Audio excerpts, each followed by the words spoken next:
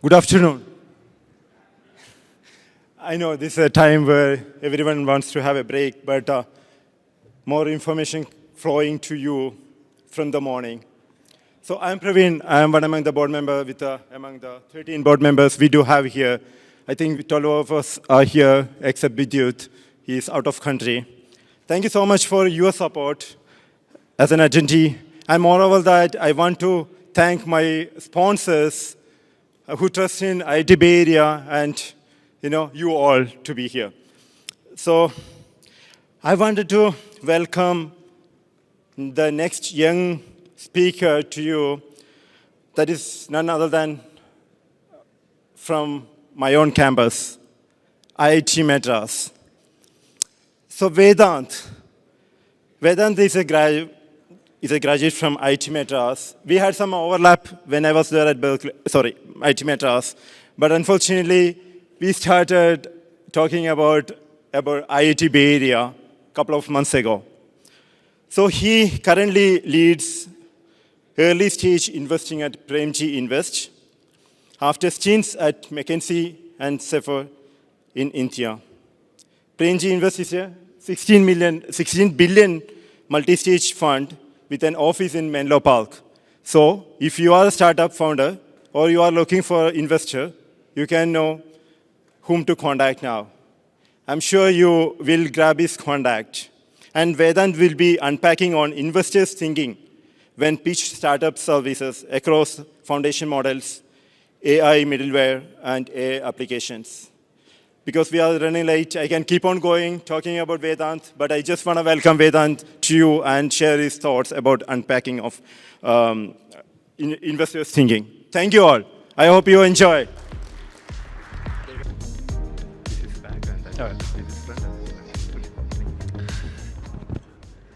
Good afternoon, everyone. Thank you so much for taking our time on a Saturday to come for this conference, and hope you've had a great conference so far. A lot of my friends ask me, hey, Vedant, why did you make this certain investment? Or, hey, Vedant, this other VC fund made this investment at this crazy valuation. Why do you think they did that? What we thought would be a good thought experiment for the next 15 minutes or so is to walk through and unpack an investor's thinking, especially when they're faced with multiple types of AI startups.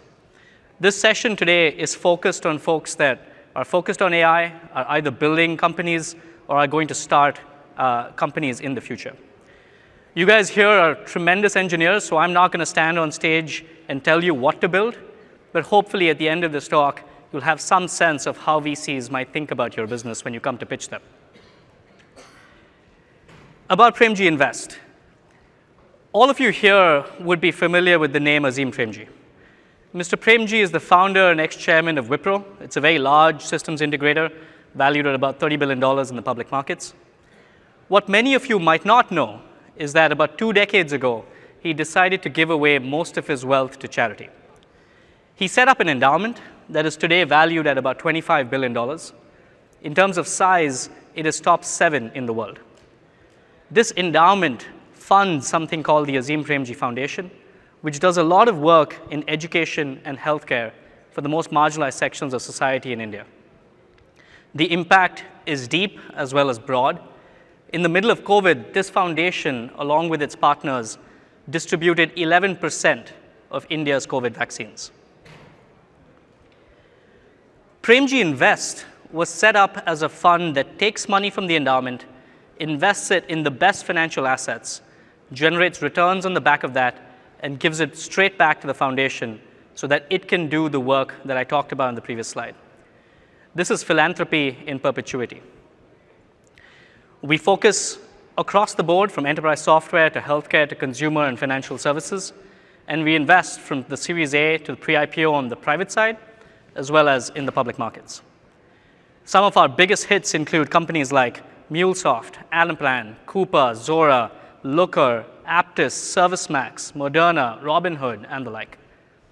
We have a current portfolio of about 40 companies, many of them being a few $100 million of revenue and beyond.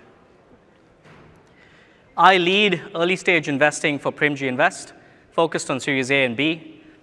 I graduated from IIT Madras, as Praveen talked to you about, a Mechie from Narmada Hostel. I worked at Sequoia to set up their early stage accelerator in the region called Surge, which then got copied in the US called Sequoia Arc. And then I came over to the States a few years ago for my MBA at Harvard. Let's get into the content. So over the last 18 months or so, we've looked at a few AI companies. And a bunch of companies on the slide, it's about 100, only capture a fraction of the ones that we've actually seen. Sometimes we've had a lot of conviction in the early rounds, like Hippocratic AI and did the A. And sometimes we were not able to get conviction in the A, and we came in at later rounds, like, for example, with EvenUp. And sometimes we miss the companies completely, and OpenAI will forever be in our anti-portfolio. Our AI portfolio is strong and mighty, and it's growing. We have companies like Hippocratic, Holistic AI, Hugging Face, Ikigai Lab, EvenUp, Galileo, Poolside, and one more which will be announced next month. And so with that, what we wanted to do in this session is to take companies in each of these verticals. Let's take a company, a hypothetical company that pitches us in foundation models, one in middleware, and one in applications. And let's walk through the second or the third order questions that might be going through my mind when a founder pitches me this idea. Let's start with foundation models. The problem statement can be something like this. State-of-the-art foundation models require a lot of compute to do inference and have a lot of latency. Models still struggle to do basic tasks and reason, and interpretability is an absolute black box. And the incumbents look weak with high burn and high attrition. And yes, I know OpenAI raised $6.6 billion, but at its current burn rate, it needs to raise again next year, and most of its founding team has left. I'm making the assumption when the founder walks into the door, especially if they're IIT founders, that the technology is solid. Like this founder has figured out something in state space models or liquid neural networks and the like. And then my mind is racing to figure out how will you sell? And so I'd love insights from the founder on, if you look at the chart on the left, how do you cut through the noise?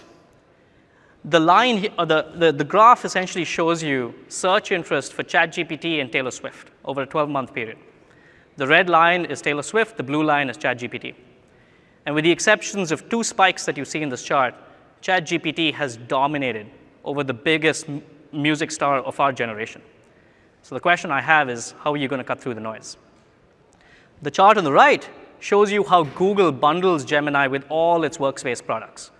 So now with $20 a month, not only do you get access to Gemini, you get access to 2 terabytes of storage that you can share with 5 people in your family. You get 10% cash back on purchases made on the Google App Store, and so on and so forth. And so I'd love insights from the founder on how do you sell if you want to go straight to the consumer. Let's say the founder comes back and says, all right, I'm not going to sell to the consumer. It's too hard. Let me sell to enterprise. Enterprise has its own can of worms. Most of you here would be familiar that AWS, GCP, Azure capture 70% of the cloud market. And each of these model providers, or each of these hyperscalers, have its own anointed models as winners. And the way enterprises buy is that they will take yearly contracts or multi-year contracts with these hyperscalers and buy credits. And those credits can then be exhausted with any services that the hyperscaler provides. And so the model gets bundled into these services. And so the question I'd have for the founder is, how do you break that monopoly? How do you broker a contract with the enterprise directly? Or do you go through, say, an up-and-coming cloud like Oracle, which has, it's still only 2% market share? Let's make the assumption that the founder has figured out a way to sell, either with B2B or B2C or a combination of it.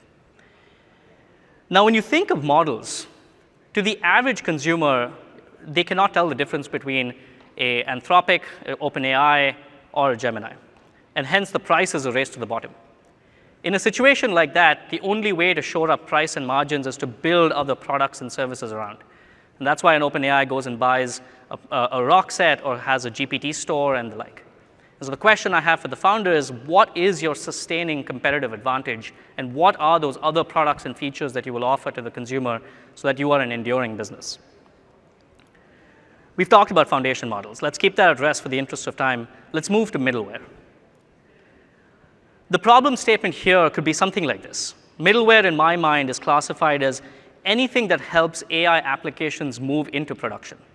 So they can have a data layer to it. So how do I get data to be RAG ready? It can have an observability or a security element to it. So how do I observe if this application is working the way I wanted it? Or it can be something like, hey, I want to reduce the cost and latency associated with the application, which is called inference optimization. Let's pick inference optimization today, and let's figure out what the second or third order questions could be.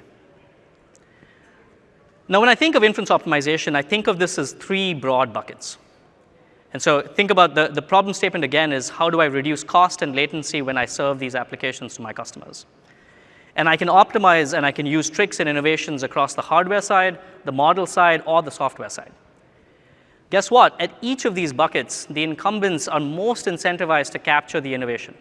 On the hardware side, NVIDIA, Sambanova, Groq, AMD are all racing to try and figure out how do I utilize memory more efficiently so I reduce latency and cost. On the model side, remember our previous slides where we said price is a race to the bottom. So the only way to make money is to increase the volume of the number of people that adopt your model. To do that, you are most incentivized to make the model better, faster, cheaper. Or in AI parlance, you quantize, you distill, you prune the model. And so that optimization is captured by that layer of the stack. On the third side, on the software side, all your hyperscalers are most incentivized to capture value there, because they can figure out, hey, for this particular prompt, which hardware is the right hardware to route it to for the latency and cost SLAs that my customer has given me. So the question I have for the founder and the insights I'd love to hear is, have you found a niche that is not in any of these product roadmaps? Let's make the assumption now that the founder has found that niche. You'll all appreciate that the biggest companies in history are all platform companies. They start off with a specific wedge, and then they expand to build other products and services around. Let's take the example of inference optimization. The platform that you can build is a platform that helps other people build applications. The chart on the left shows you a very simple RAG application, which is retrieval augmented generation. You take content from a bunch of chunks, you put it into the LLM, and you reason over it. Even a simple application like this requires 10 tools. And so the insights I'd love from the founder is, what are those applications for which cost and latency is so important and so strategic that your platform cannot be ripped and replaced, but everything else can be? And that gives you the right to then build out the rest of these features and these point solutions over time. The last thing I'd like to chat about today is applications. The problem statement, say a founder walks in saying, I'm going to build the next AI application, and Jeremiah was talking about agents, this is related. The problem statement being something like this. With Gen AI, for the first time, you can build products that do work versus productivity tools of the old age where you build products to help someone else do the work. And that shift is important because it increases ACVs, it increases TAMs, and you can now build large businesses in relatively small niches. The other reason to build an application is saying, hey, there's too much changing in the foundation model in the middleware space, but if I remain close to the end consumer, I will forever be durable. Let's take a hypothetical example of an application. Let's take a workflow automation tool, which is very similar to the agents, but let's start with customer support automation. Again, I'm making the assumption that this product works, and the second or third order questions I have is, hey, how are you going to win the battle? And then how do you win the war? The battle is, how do you win the bake-off with an incumbent like a ServiceNow or a Zendesk specific for this application? These companies have 85 to 90% gross margins, and they have a lot more data than you can amass. And so what is your insight and your edge that helps you win the bake-off? Let's assume you won the bake-off. How do you win the war? Which basically means, how do you build a sustaining business? How do you ensure adoption within the customer support vertical? And then how do you increase line of business across many, many other verticals so that you can truly build a workflow automation tool? I hope over the last 10 or 15 minutes or so, this has been informative to understand how an investor might think about your business. If this is interesting, we host a bunch of events in the Bay Area. The next event is on the 29th of October at the AGI House, which is an intersection of AI and security. And I know we had a panel about this before. We've got the CPO and COO of Abnormal Security, the CTO of Sysdig, and the CEO of Mandiant. And so if you're interested, that's the QR code. I'd love for you to scan it, and I'd love to see you there. Thank you so much for the time, and hope you have a great conference.